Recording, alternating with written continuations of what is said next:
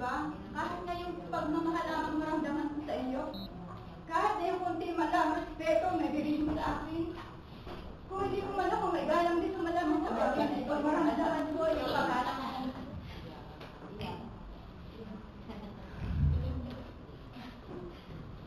Anak, mamaya nga pala gagabihin ako ng uwi. Pupunta ako sa prayer meeting.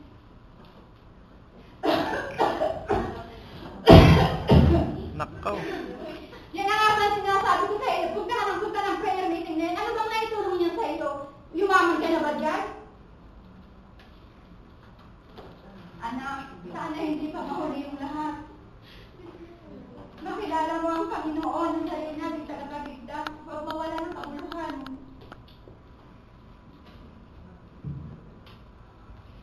Maalis na nga! Puro problema na lang dito sa tahan. So, wala nang magandang narinig kung di sermon.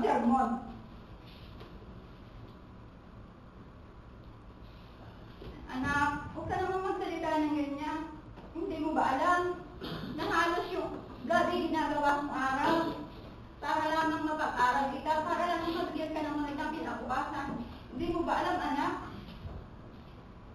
na yung tungkulin ng Ama nang inaagi ng pananuna para lamang sa iyo? Dapat na ang motivasyon mo kasi yan eh.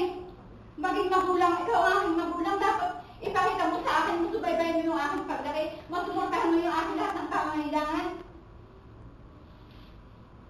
Anak, pasensya ka na. Diyos ko, ikaw na po ang bahala sa aking anak. Dadalhin ko na nga itong aking sinansya sa aking kanyang medicine. Ito yung pinagmamagaling na. Medicine, ito na po yung gamit na aking pinalansya. At pasensya na rin po kayo dahil nakalimutan kong pumunta dito ng maaga para po dun sa aking panindang photos kutsinta.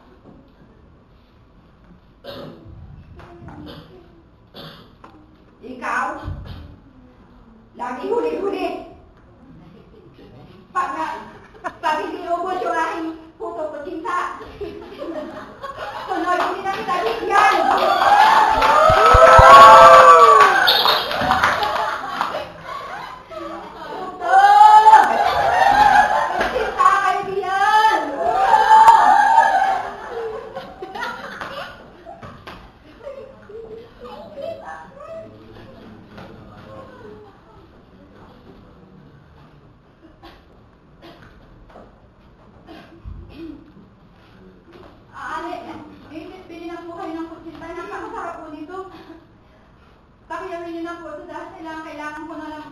Kailangan ko lang ng pera para sa aking anak, pang-matrikulan niya.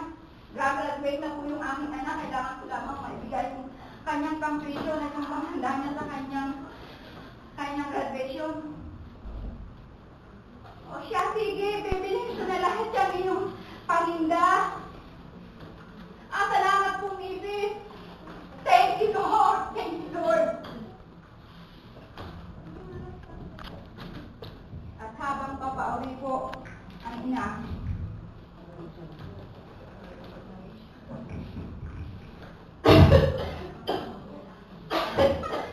Nakaw. Ang kaso yan. paano ba ito? Sumakit ang dibdib ko. Kailangan ko pa naman makapunta sa prayer meeting. Ito na yung buhay ko.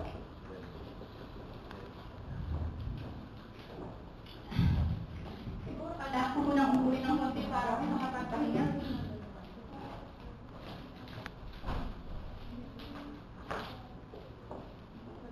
Anak, nandiyan ka na pala. Talagang nandito na ako dahil hinihintay kita. Bigyan mo na ako ng pera at kailangan ko ng bagong sapatos at bagong damit para sa aking graduation.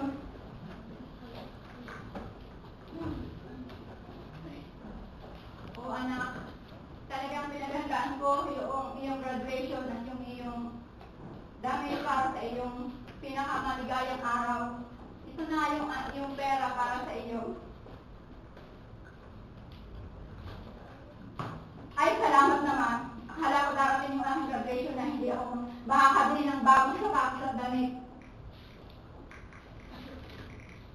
Anak, pwede ba? Pwede ba anak na mayakap kita sa huling sandali man lamang? Hindi mo ba alam na birthday ko ngayon? Yun.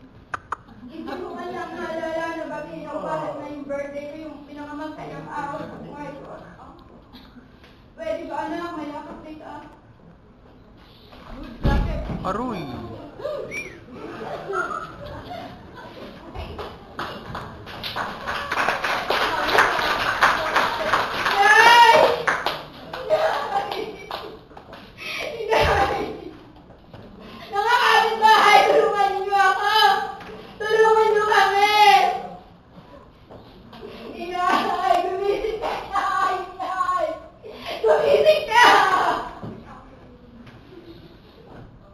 Gumising ka yan, bakit?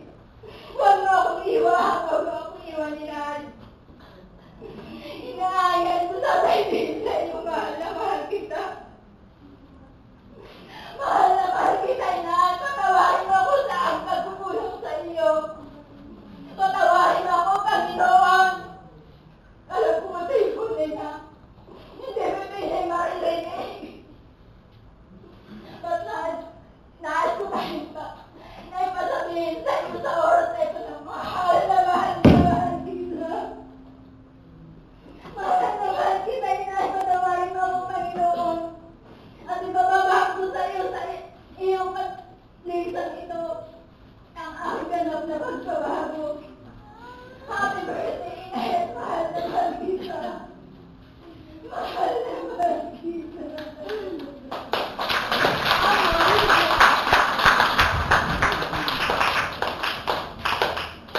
Yun lamang po at sana po sa mga kabataan, huwag po natin hayaan ang mahuli yung lahat para sa may pakita natin sa ating mga magulang yung pagmamahal natin sapagkat kung sasabihin po natin sa ating magulang na huli na, wala na pong kabuluhan. Pwede po ang pagmamahal.